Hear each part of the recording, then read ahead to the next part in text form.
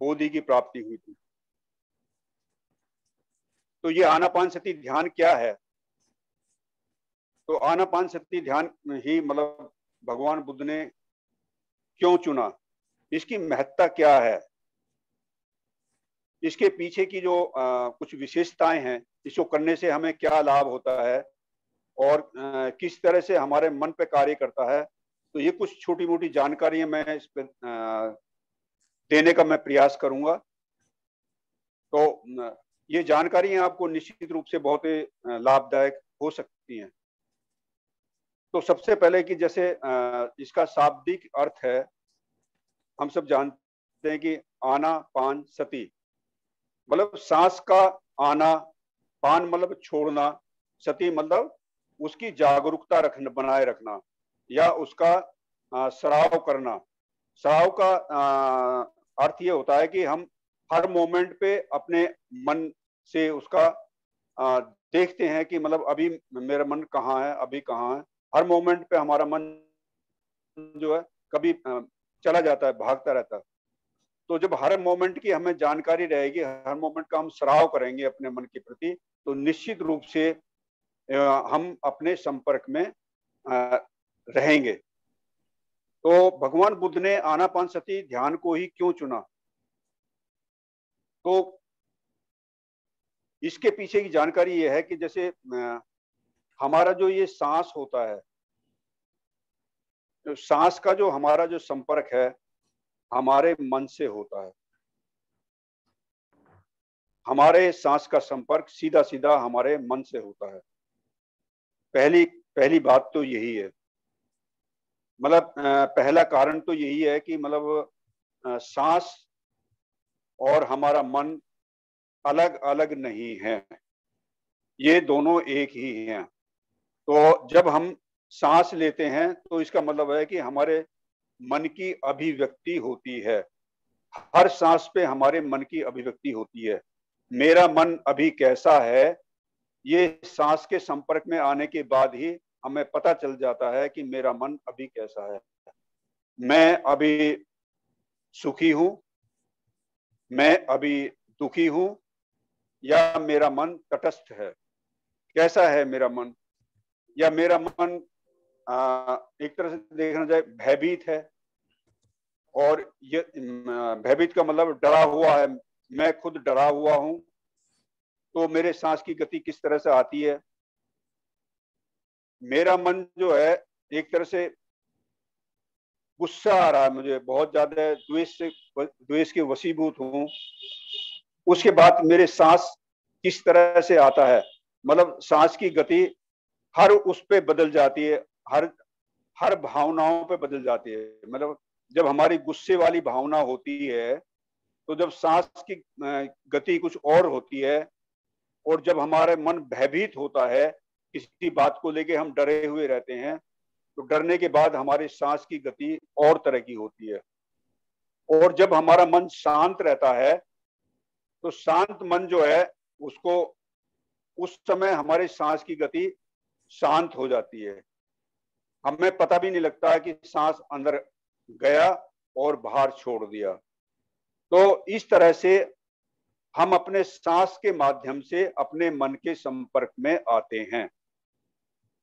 तो ये इसलिए एक मेन कारण जो है भगवान बुद्ध का सांस को जो आलंबन बनाया आनापानसती को ध्यान में रखते हुए, वो इसलिए बनाया कि सांस के माध्यम से हम अपने संपर्क में आएंगे। और जैसे ही आदमी अपने संपर्क में आता है तो आप निश्चित मान लीजिए कि वो उस समय ना भूतकाल में होता है ना भविष्य काल में होता है, वो केवल अपने मन के संपर्क में ही होता है। ये 100 क्या 200% बात पक्की है। तो इसलिए आनापानसती ध्यान ये इतना महत्वपूर्ण ध्यान है। यदि इसका स्राव या इसको परिणाम कारक यदि इस तरह से किया जाए या बहुत अच्छी शक्ति के साथ इसको किया जाए तो अभी के अभी हमें अच्छा परिणाम मिल सकता है, या हमारा जो है परिणाम कारक एक तरह से मतलब रिजल्ट आ सकता है। तो तो इसलिए मतलब ये ध्यान जो है इतना महत्वपूर्ण ध्यान है। इसीलिए भगवान बुद्ध ने इस ध्यान को आनापानसति ध्यान के माध्यम से ही हमने देखा कि मतलब जो भगवान बुद्ध को जो एनलाइटमेंट प्राप्त हुआ था तो वो इसीलिए प्राप्त हुआ था क्योंकि मन को उन्होंने एकाग्र कर लिया था। तो मन जो एकाग्र होगा वो आनापानसति के माध्यम से ही होगा। आनापानसति के ध्यान से हम अपने संपर्क में आएंगे और उसी मोमेंट में हमारा जो हमारे मन और शरीर वो एक हो जाते हैं। और जैसे ही ये दोनों एक हो जाते हैं और जिस विषय पर भी हम इसको फोकस करेंगे, मन को फोकस करेंगे, तो निश्चित रूप से वो हमारा एकाग्रता की तरफ मतलब हमारा जो काम करना शुरू हो जाता है। मतलब शरीर, हमारा मन और तीसरा जो आलंबन जो भी हम विषय बनाते हैं, तो उस समय काम करते समय मान लो या ध्यान करते समय मान लो या कुछ भी काम करे एक्टिविटी करते हैं, तो उस समय हमारे इसको एक एग्जाम्पल के द्वारा बताऊंगा क्योंकि एग्जाम्पल के द्वारा बातों को, तत्वों को समझना बहुत आसान रहता है। समझ लीजिए आप कोई भी वाहन चलाते हैं, आजकल 4 व्हीलर भी चलाते हैं लोग बहुत ज्यादा, 2 व्हीलर भी चलाते हैं, तो साइकिल भी चलाते हैं। हालांकि साइकिल भी 2 व्हीलर में कहलाती है। तो सपोज करो आप कार चला रहे हैं, कार को ड्राइव कर रहे हैं, तो जिसमें कार में हम बैठते हैं तो उसमें जो कार और आपका शरीर, आपका मन, तो जब एकाग्रता की अवस्था आती है तो आप तीनों एक हो जाते हैं। और जब ड्राइव करके सड़क पे आते हैं, सड़क पे आने के बाद क्या होता है कि हमें किसी वाहन को मतलब टेक ओवर करना पड़ता है। टेक ओवर का मतलब है उससे आगे निकालना है, वो स्लो जा रहा है, कैसे भी छोटा वाहन है, कैसे वाहन है, उससे आगे निकाल। तो हमें अपने माइंड को आदेश नहीं देना पड़ता, ऑटोमेटिक गियर चेंज होगा, ऑटोमेटिक स्पीड स्लो होगी और उसको जैसे ही साइड से हम बाईपास करेंगे और फिर गियर बदल देंगे और स्पीड बढ़ा देंगे। ऐसी सामने से कुछ वाहन आता है और ऑटोमेटिक ही मतलब हमारा जो है हम बचाने का प्रयास करते हैं, उसमें हमारे मन को कोई आदेश नहीं देना पड़ता। ये सारा काम कैसे होता है, सब ऑटोमेटिक होता है।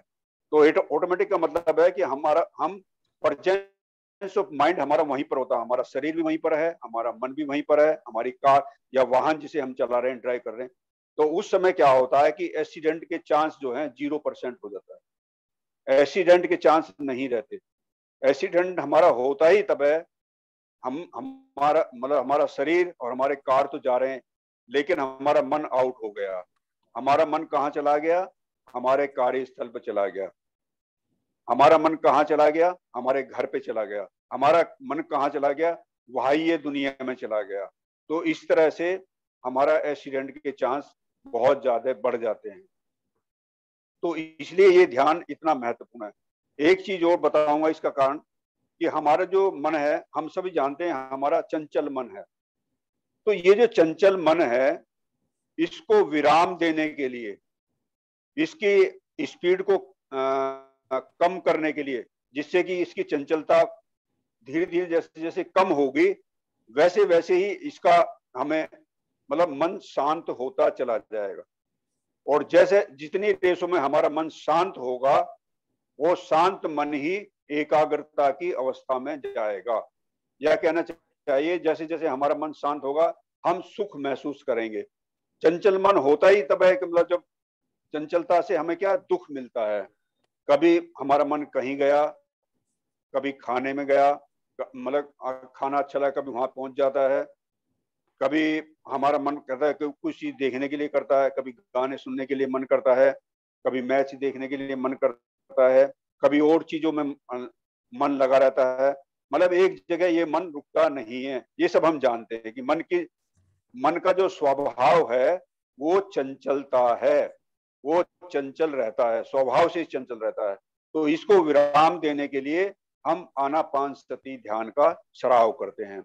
तो आनापानसति ध्यान के माध्यम से हम इस पे एक तरह से देखा जाए, आनापानसति ध्यान से हम इसके ऊपर जैसे घोड़े की लगाम लगाते हैं ना, लगाम कहते हैं, नाक में नकेल डाल के लगाम लगाते हैं, तो ठीक इसी तरह से ये जो हमारा आनापानसति माध्यम से ये मन की नकेल है, मतलब इधर उधर ना भागे। तो इसीलिए इसको इस तरह से हम इसका कारण मन को शांत करने के लिए, चंचलता कम करने के लिए भी मतलब आनापानसति ध्यान बहुत ही महत्वपूर्ण है।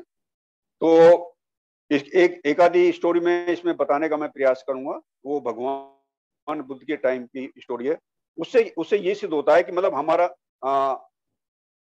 हमारा मन कैसे रहता है, मतलब किस तरह से हम कष्ट भोगते हैं, इस संसार में कष्ट भोगते हैं, उसको बताने का मैं प्रयास करूंगा। एक बार एक एक व्यक्ति भगवान बुद्ध के पास जाते हैं और उनसे कहते हैं कि भगवान मैं बहुत दुखी हूं। भगवान बुद्ध ने पूछा कि आप कैसे दुखी हैं? कि भगवान मैं अपने शरीर से भी दुखी हूं, मैं अपने रिश्तेदार ही हैं जो उनसे भी दुखी हूं, मैं संसार से बहुत दुखी हूं, मेरे को बहुत दुख है और मैं शरीर से भी बीमार रहने लगा। मेरे शरीर में भी दर्द रहता, मैं बीमार रहता हूँ और मेरे रिश्ते भी बिगड़ रहे हैं सब जगह, मेरे रिलेशन भी ठीक नहीं है। तो भगवान बुद्ध ने पूछा तुम्हें सबसे ज्यादा दुख मतलब किस बात से होता है? कि मेरे मतलब मैं एक दुख हो तो बताऊं, फिर भी आप ही बताइए मेरे दुख का कारण क्या है। भगवान बुद्ध ने उसके बारे में सोचा, बताया कि जो मन का जो दुख होता है आदमी को, या दुख जो आदमी भोगता है, वो निश्चित रूप से तृष्णा इसका कारण होता है। मेन कारण क्या है? तृष्णा। तृष्णा के वशीभूत आपने संसार को पकड़ा हुआ है। आपने इतना संसार को इतना ज्यादा पकड़ा हुआ कि इसके लिए मैं एक दो एग्जाम्पल दूंगा, तब आपकी समझ में आएगा कि आपने किस तरह से संसार को पकड़ा है। और जिस चीज को आप पकड़ोगे निश्चित रूप से संसार में तो सुख है ही नहीं, वहीं से आपको दुख ही मिलेगा। जैसे आपने अपने परिवार को पकड़ा है कि ये मेरा परिवार है, ये मेरे रिश्तेदार हैं, ये मेरी धन संपत्ति है, ये मतलब ये मेरा कारोबार है, मतलब सब कुछ आपने पकड़ा हुआ है। आप किसी के हाथ में देना नहीं चाहते, अपने आप ही रखना चाहते हैं सब। तो इसलिए मैं एक एग्जाम्पल के द्वारा आपको बताऊंगा कि किस तरह आपने इस संसार को पकड़ रखा है। तो एक आदमी होता है, तो वो क्या है कि वो पेड़ को पकड़ करके और चिल्लाता है, रास्ते में चिल्लाता है कि मुझे बचाओ, मुझे इस पेड़ से बचाओ। तो वहां पर रास्ते में गुरु चेले जा रहे थे। तो गुरु चेले ने उन्होंने देखा कि वो चेला कहने लगा गुरुजी इसे इसे बचाओ, इसे तो पेड़ ने पकड़ लिया। तब गुरुजी ने बताया कि इसे दुनिया का कोई आदमी भी नहीं बचा सकता। ऐसी क्या बात है कि इसे कोई नहीं बचा सकता? वो इसलिए नहीं बचा सकता क्योंकि इसने पेड़ को स्वयं ही पकड़ा है। क्योंकि जिस आदमी ने स्वयं ही पेड़ को पकड़ा है तो निश्चित रूप से उसे छुड़ाएगा कौन? तो इसलिए इसको पेड़ को खुद ही छोड़ना पड़ेगा।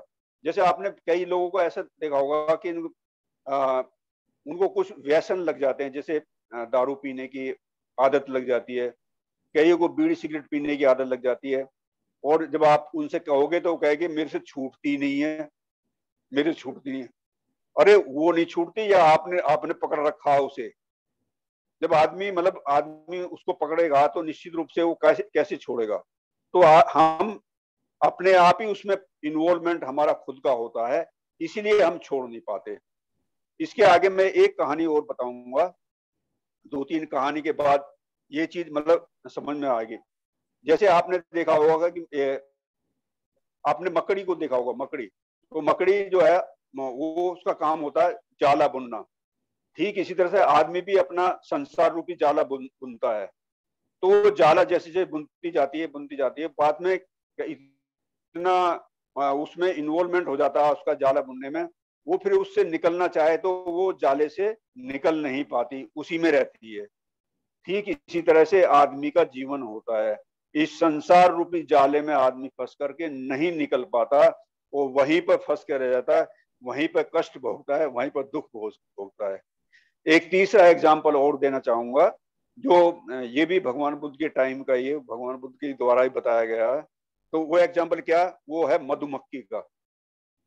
तो हम क्या है कि ये मधुमक्खी का काम क्या है, वो जहां भी मधु मतलब शहद मिलता है या फूलों पे, वो क्या काम करती है, मान लो एक मक्खी है, एक वैसी साधारण मक्खी है, तो साधारण मक्खी वो देखती है कि वो मीठा है, बहुत मीठा, उसके ऊपर बैठ जाती है और जो मधु उस चूसने लगती है तो तब शुरू शुरू में बहुत मीठा लगता है।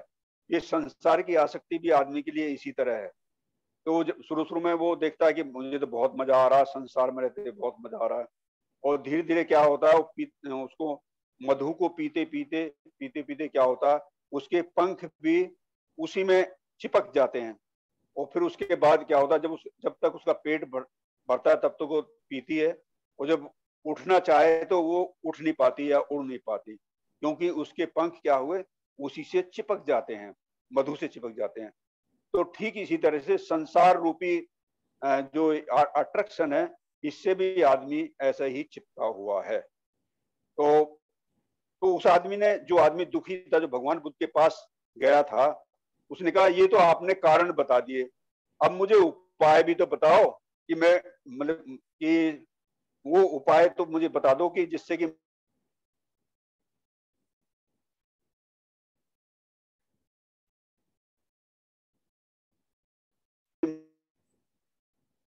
मैं इससे अलग हो जाऊं, जिससे मुझे इससे मुक्ति मिले। तब भगवान बुद्ध ने उससे बताया कि ये जो संसार की आसक्ति है, इतनी सत्यता के संपर्क में आपको आना पड़ेगा। जानते हैं सुख नहीं है, संसार एक ऐसा अट्रैक्शन है, इसके प्रभाव में जो भी आदमी आ जाता है वो दुखी ही रहता है।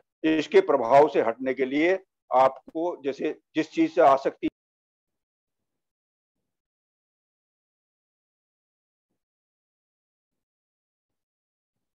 निश्चित रूप से आपको छोड़ना पड़ेगा, तभी आप मतलब इसका लाभ ले सकते हो। तो मतलब दान देना पड़ेगा, आसक्ति से बाहर आना पड़ेगा, तभी आप इससे मुक्त हो सकते हो। तो इतना कह करके भगवान बुद्ध ने अपनी बात समाप्त करी, और उसने कहा बहुत बहुत आपका आभार, आपने मुझे एक नया मार्ग, एक सुख का मार्ग आपने मुझे दिखाया, इसके लिए मैं बहुत बहुत बहुत आभारी हूँ। तो वो चला जाता है। तो मैं इसके बारे में एक चीज और बताऊंगा कि हमारे जो मन का जो स्वभाव है वो किस तरह से काम करता है। ये मैं भगवान बुद्ध के काल की एक घटना ऐसी बताऊंगा, बहुत ही रोचक घटना है वो, बहुत रोचक। तो उससे समझ में आ जाएगा कि मतलब इतने हायर मानसिक अवस्था होते हुए भी फिर भी आदमी मतलब अरहत की अवस्था को प्राप्त नहीं करता, तो वो कौन सी चीज थी। तो मैं आज उसका मतलब बहुत से लोगों को हो सकता है उस चीज का पता भी ना हो, लेकिन मैं बताऊंगा आज। तो वो ऐसा होता है कि जब भगवान बुद्ध का महापरिनिर्वाण हो जाता है, तो उसमें हम सब जानते हैं कि महाकश्यप, वो जो पहली संगति बैठी थी 3 महीने के बाद, भगवान बुद्ध के जाने के 3 महीने के बाद वो संगति बैठी। वो संगति में जो उसमें सभी अरहतों की एंट्री थी, अरहत से नीचे कोई आदमी उस सभा में बैठ नहीं सकता था। तो ये कंडीशन थी। तो उस समय 499 अरहत थे, लेकिन जो हम सब जानते हैं कि भगवान बुद्ध के साथ जो सबसे ज्यादा जो साथ रहने वाले जो उनके शिष्य थे, उनका नाम था क्या नाम था उनका, किशोरी लाल जी, जो उनके भाई थे। सर ध्यान नहीं आ रहा मुझे। अच्छा अच्छा, क्या क्या नाम था सर जी, किसी को पता है? भगवान बुद्ध के भाई थे और वो हमेशा उनके साइड पर। आनंद आनंद आनंद, हाँ यस, धन्यवाद धन्यवाद। तो आनंद जो थे उस समय उनको अरहत की अवस्था प्राप्त नहीं हुई थी, तो वो लेकिन उनको टाइम दिया गया था कि आनंद, आप जो है आप अरहत की अवस्था से एक कदम दूर हैं, केवल एक कदम दूर हैं, क्योंकि जो अरहत आदमी है वो दूसरे आदमी को पहचान लेता है। लेकिन जब तक आप अरहत की अवस्था प्राप्त नहीं करेंगे तब तक आपकी एंट्री नहीं होगी। लेकिन हमने आपका स्थान सुरक्षित करके रखा हुआ है, क्योंकि आपका आना जरूरी है। तो अगले दिन जैसे ये कई दिन से वो सोच रहे थे कि मुझे अर्हत की अवस्था प्राप्त क्यों नहीं हो रही, तो सोचते सोचते बहुत चिंता मग्न हो जाते हैं। आनंद को बहुत चिंता होती है कि मेरे को अर्हत की अवस्था मिल क्यों नहीं, अर्हत की अवस्था मिल क्यों नहीं, यही चिंता खाए जा रही उनको।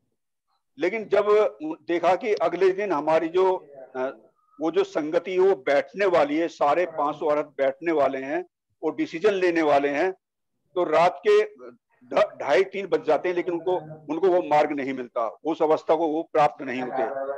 लेकिन उन्होंने क्या काम करा, उस जो समस्या जो उनको मतलब हमेशा इसी चीज में लगे हुए थे कि मुझे अर्हत की अवस्था क्यों नहीं मिल रही, तो उसको वो छोड़ देते हैं, वो मतलब उस चिंता करना छोड़ देते हैं। और जैसे ही उस चिंता करना छोड़ देते हैं, और उनको मैं तो अब सुबह ही देखा जाएगा जो हो, और जैसे ही लेटते हैं उसी मोमेंट पे उनको अर्हत की अवस्था प्राप्त हो जाती है। तो ये क्या था, क्या इंसिडेंट था?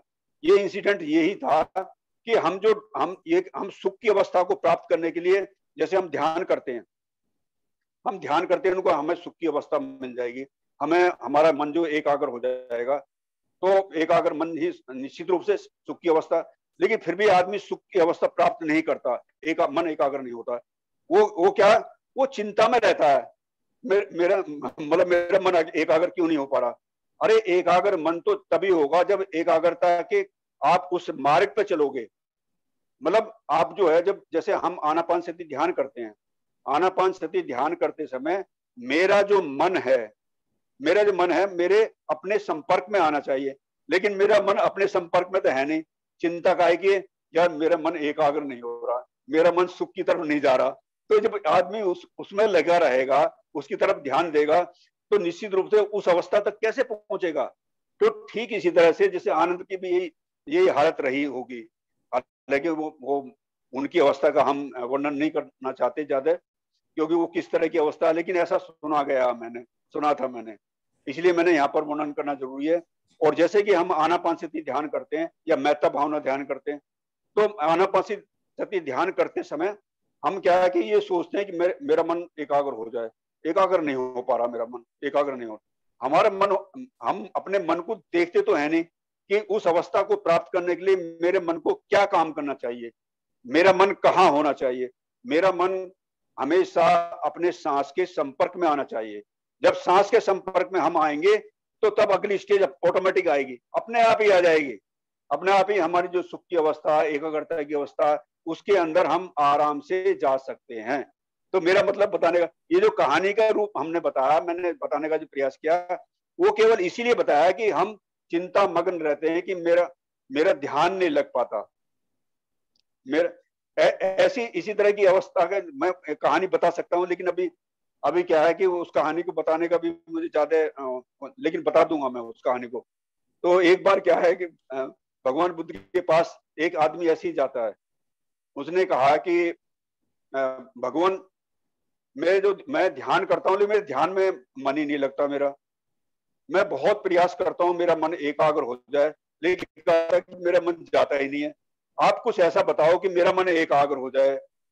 तब भगवान बुद्ध ने बताया, तो एकाग्रता की अवस्था आपको तभी आएगी जब एकाग्रता के हासिल करने, आप पहली स्टेज, हम क्या है कि जो वर्तमान की जो स्थिति है, वर्तमान का जो हमारा मन है, उसको तो हम देख नहीं पाते, और हम क्या करते हैं, उस अवस्था को देखने का प्रयास करते हैं, उससे मतलब वो दूर की अवस्था, मेरे को जैसे मतलब श्रोतापन की अवस्था, हम यहाँ पर बैठे, जैसे भंते जी का एक स्वप्न है, भंते जी का सपना क्या है, हमारे जो भंते जी हैं, जो इस संघ के संस्थापक हैं, उर्गेन संघ रक्षिता जी, उन्होंने सपना देखा कि मेरे जो जितने ऑर्डर हैं, जो मतलब केसीधारी ऑर्डर हैं, उन सबको अपने जीवन में कम से कम मतलब श्रोतापन की अवस्था प्राप्त करनी है।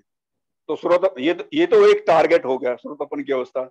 लेकिन हम जो है श्रोतापन की स्टेज प्राप्त करने के लिए, अगर हम श्रोतापन के बारे में सोचते रहेंगे और अपनी वर्तमान जो हमारी स्थिति है, वर्तमान की जो मेरी स्थिति कैसी है, उसके बारे में हम ध्यान नहीं देंगे, तो हमें पहले अपनी स्थिति के बारे में वर्तमान काल में आना पड़ेगा। जब वर्तमान काल में हमारा मन आएगा तो निश्चित रूप से आप ये जान लीजिए कि अगली स्टेज का हमारी तैयारी हो जाएगी। हमारा मन वर्तमान में नहीं रहता, वर्तमान काल में जैसे आएगा तो उस समय ना हम भूतकाल में होते हैं, ना हम भविष्य काल में होते हैं, हम प्योरली वर्तमान में रहते हैं। और इस मोमेंट को जैसे जैसे धीरे धीरे हम बढ़ाएंगे, इन क्षणों को जैसे जैसे ड्यूरेशन जैसे जैसे बढ़ता रहेगा, आप निश्चित रूप से मान लीजिए कि हमारी एकाग्रता की अवस्था भी बढ़ेगी।